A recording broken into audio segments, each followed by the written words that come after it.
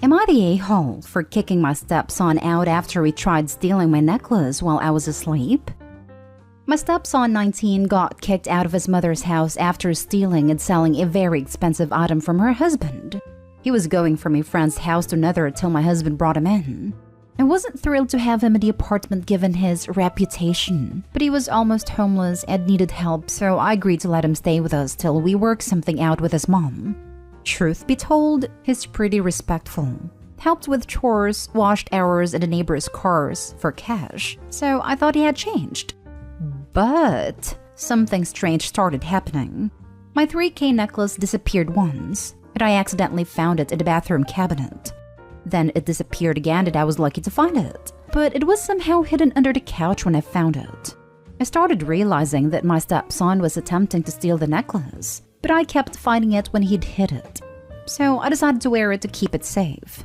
Monday evening, I was napping in my bedroom while my husband was at work.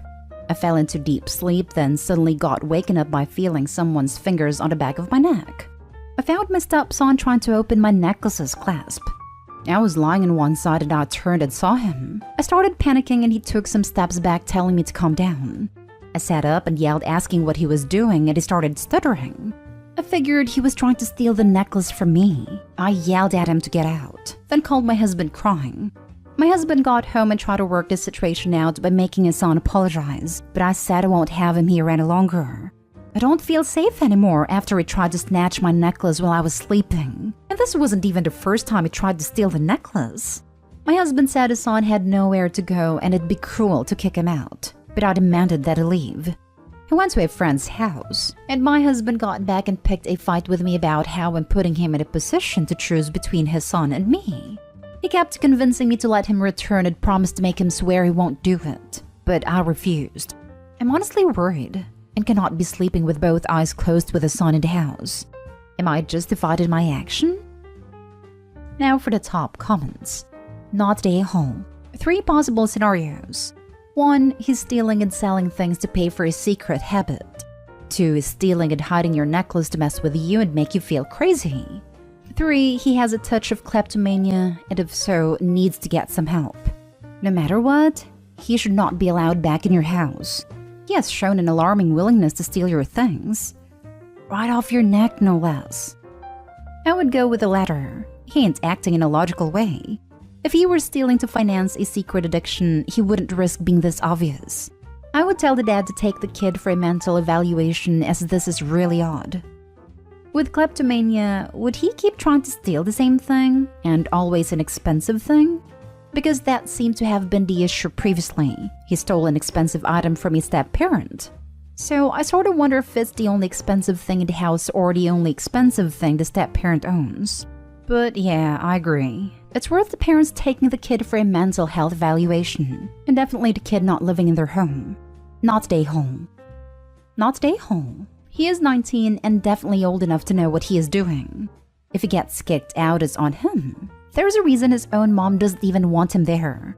He is doing this to himself. I can't imagine the audacity he has to try and steal it while you are sleeping. That is also creepy and I wouldn't feel safe in my own house. Oh, absolutely not stay home. That's really scary how boundaries have already expanded to almost assaulting you in your sleep. You are not safe, your stuff is not safe. This is not a situation to compromise at all. You would have valid reason to kick him out after the first time your necklace went missing. If this kid has a key to your house, look into getting a new lock, and maybe an additional one for your bedroom. Increasing criminal behavior doesn't suddenly stop. Increasing is the key word here. He's touching people in their sleep already. Even if it's just to steal, that is terrifying. But I can't imagine it won't continue escalating if he keeps being enabled. Next story is titled, Am I the a-hole for telling my daughter to butt out of my personal life and asking her to stay with her mom? So, me, 35 male, and my ex-wife, Holly, 35 female, have a 16-year-old daughter named Shay. Me and Holly started dating when we were 14 and divorced 1.5 years ago. The reason was she felt like she hasn't experienced dating since we got together so young, and she was getting curious but didn't want to step out on me. So I agreed not to hold her back, and we divorced. We immediately got Shay into therapy and she handled the whole thing really well, at first. Well, I started to date. It was weird but kinda exciting. Shay was happy for me and encouraged me to go on dates. Well, everything changed. Me and Holly spent the night together 8 months ago and my daughter found us the next morning. She was giddy, but we explained to her that we weren't getting back together, that we just have a very strong bond and are best friends, but she shouldn't have found out. Ever since, Shay's been a nightmare. I was dating a teacher from her school and she tried to sabotage it. Shay would show up on our dates. We track each other's location. She would constantly bring up her mom in front of the girl I was dating. She was rude to her. Eventually, we split because she didn't want the drama. The past 8 months, Shay had been sending me pictures of her and her mom in workout classes. She keeps telling me about Holly's new fitness. Holly has lost weight and she looks freaking incredible, but I kept telling her that me and her mom are better apart right now. About 4 months ago, Holly calls me. She admitted to drinking a bottle of wine and saying some stuff to Shay. She told her the reason we split up, and that she regretted it and wanted the family back together, and that she was done dating because she hated it. I sat down Shay and explained to her again my stance, that I absolutely love her and her mom, and that there was definitely a possibility of reconciliation down the line, but at this point I was having fun. So I started to see Shay's friend's mom around this time. We kept it from the girls until we thought it was real. Shay freaked out. She cut off her friend, and she sent my girlfriend a lengthy Facebook message that basically said she was wasting her time, that I was in love with my ex. I talked to Shay about how inappropriate that was, and we got her back into therapy. So last week, my girlfriend was trying to get something from my house. I was at home, but Shay was.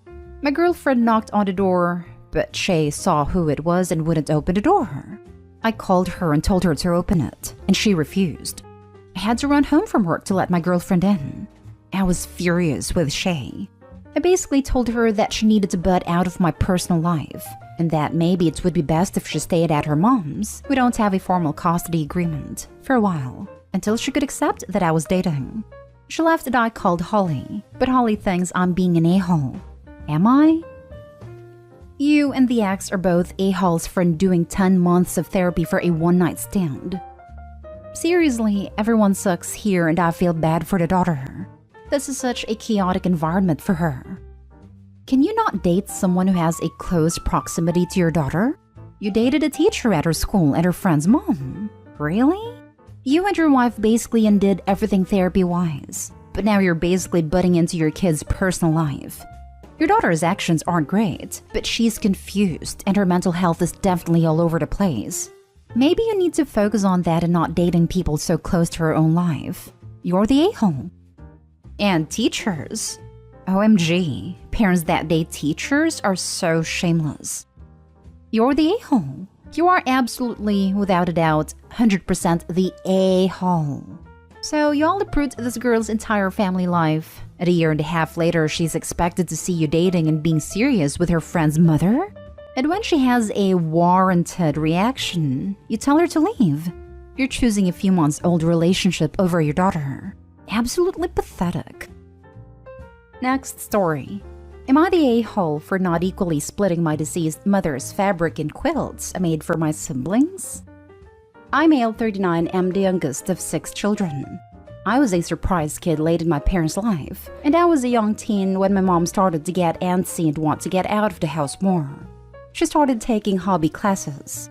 I got dragged along to each and every one. Because of this, I have a wide array of very weird crafting knowledges. Crochet, knitting, basket weaving, quilting, cake decoration, oil painting.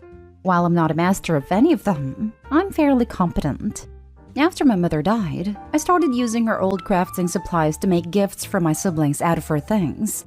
Everyone got an afghan, scarf, egg basket, etc. It was my way of making sure mom was still there every year. The quilts are where things get a little hinky. I made 3 quilt tops before I ran out of fabric. There wasn't enough to make them all, and I didn't realize it until I was too deep into the project. I ran out and grabbed some fabric. I did my best to get a really broad variety of scraps to keep it from being obvious. I did a few adjustments, split 2 of the existing quilt tops and added on more using the new scraps. I wanted everyone to have at least some of Mom's fabric in their quilt. When I wrapped them, I didn't bother to put names on them. Everyone just grabbed a package and were delighted to have a nice quilt. It was the last of my mother's on crafting projects, and I was glad to be finished with them all. I ended up mentioning to my sister over dinner last week that only one of the quilts was entirely Mom's fabric, because I had run out of fabric. She immediately asked me which one, and I said I wasn't sure who had gotten it. I didn't at the time. I'd explained again that there wasn't enough fabric to go around. She starts to get annoyed, wanting to know why I didn't make sure to give the one that was entirely Mom's fabric to her, since she was the oldest. You can see where this is going. This snowballed. My sister called my other siblings to solve the mystery, and now siblings are all texting and posting pictures of their quilts, trying to figure out who got the real one and who were fakes. I now know, thanks to all the pictures, exactly which one is made entirely of her fabric, but I'm playing stupid. You can't have that much fabric laying in your lap for months without recognizing it. I've gotten more than a few nasty messages about it from the peanut gallery, and all my siblings' friends seem to think that it's insanely rude that I would pull a trick like this. I realize now that I probably should have just broken down all 3 of the quilt tops to spread things around. But God, it was so miserable rushing for months to get them done, only to have to split 2 of them just to expand them back out again. So, am I the a-hole for not giving my siblings an equal share of Mom's fabric in their Christmas quilts? At this point, I feel like I should have just made 3 quilts and explained the problem and let them fight about it. Now for the comments. Not the a-hole. Honestly, if anyone deserved the one that was 100% her fabric, it is you. You were the one who went to the hobby classes with her. You were the one to make sure everyone got something made from her hobby stuff, and you were the one who made everything. It is messed up that they are so ungrateful. Petty says to take back all the quilts and keep them for yourself. Opie's siblings sound so lame, petty, and ungrateful. This is such a sad thing to obsess and fight over. Each quilt has a piece of their mother's fabric, but sadly no good deed goes unpunished. The sister who started this mess sounds like a selfish busybody, since she was okay with the fabric being spread out but thought she was entitled to the full fabric quilt. At least Opie now knows who not to share her secrets with. 100% ungrateful. Personally, mostly because I'm petty, I would ask for all the quilts back so that I could figure out which one is missing the fabric. Then tell the siblings to swivel. Due to their ungrateful, spoilt reactions, they aren't getting the quilts back. Treat them like the children they are acting like. If you kids can't decide and share, then I'll take them away. Now you don't have to argue. If you want them back, then you have to make me a quilt of the same quality to see how much time and effort I had to put in to make these gifts for you. You're absolutely not the a-hole, but here's your mistake. I ended up mentioning to my sister over dinner last week that only one of the quilts was entirely Mom's fabric. Loose lips sink ships. Cliché but true. There was no reason to bring up the fact that only one quilt had all of Mom's fabric. No one had noticed, so you shouldn't have said anything. Did you think your sister was going to go, "Oh, cool," and leave it at that? I don't even know your siblings, and I could have told you this was going to get real petty, real fast. No good deed goes unpunished, Opie. But it's not on you to patch this up, though. They'll get over it, eventually. Furthermore, if they want to play the who deserves to get the most of Mom's fabric game, isn't it obvious? Hint, none of them. That was definitely my mistake, yeah. The conversation had turned to what my plans were for next Christmas since all of the crafting supplies had been used up. I was going to make and decorate a cake for everyone. Between running low and whatnot, yeah, I shouldn't have said a thing. Now for the last story. Am I the a-hole that I won't rent to my nephew? I bought a home when I was out of college. It's a 3-bedroom home, and for the last 20 years, I have rented rooms to young professionals and interns near a tech hub. My nephew Jack is in his 30s and bounced around from job to job. My mother and my sister, his mother, want me to rent it to him at a discount because he wants to move the area. I already have 2 tenants, both around 22, and both are women. Jack has had issues with dating and with women. Reddit would put him as a neckbeard, so I don't want him to rent from me or be around my other tenants. Jack argues about the most ridiculous things. He has the mentality of a 15-year-old boy and would not even fit in with the atmosphere of the house. So I don't want him there. He was also evicted from his last place. It is credited as I told mom and sister this and they have yelled at me about how his family. And maybe this time he will find a place where he fits in. I put my foot down and said no. I will rent out the vacant room to someone else. My whole family's against me now. I don't want Jack living in my house because I know he's going to be an issue. It's going to be tough for him because he doesn't have a degree, and it's in an area that most jobs there require one. My mom, his grandma, keeps saying I should give him a chance, but in giving him a chance it may be hard for me to move him out, especially since he's already been through the eviction process once. I don't want him to rent from me or be around my other tenants. Enough reason right there. Not stay home. An eviction offense? Hold him to the same standards you would for normal tenants. Secure your investments. You know he won't leave without a fight already. Let him continue to live in his mom's basement. Agreed. This is a business decision, so the situation should be looked at from a business standpoint. If OP's family is so put off, they can buy a house and rent to the nephew at a discount. It really takes some gall to try to dictate to other people what they do with their own property/money. Also, if he is as neck-beardy as OP claims, then it could be a situation where the other two tenants move out to get away from him. So is the family going to step in and make up that loss of income themselves? Doubt it. OP is totally not stay home and in the right. Family can get stuffed. Not stay home. Don't mix family and business. Further, even if you did like the dude, if mom and aunt were so keen on him getting a discount, they should pay the difference. But even if they offered, still sounds like a no-go. Cause if he's a neckbeard, he is 1, going to drive away your other tenants, and 2, be a pain in the butt to deal with. Maybe the mom and aunt can rent the whole house from you for him to live in, so he has somewhere to live and you don't lose any income. Not stay home. If they're so concerned, he should live with them. Also, thank you. Looking out for your tenants is especially wholesome, even in the face of family backlash. Question, how the hell is he going to fit into a very young, professional, educated crowd? Doesn't get along with women, while women live there. No. Argues about everything. There are people who are going to know more than him and he is going to argue. No. Is your family loony? They think he hasn't found his place in life yet. Christmas? He was yelling at everyone to invest in crypto and calling people stupid who disagreed with him. I'm not going to run to him after this many anti-A responses. I get tunnel vision with my family, but they are making it look like I'm the crazy one in this.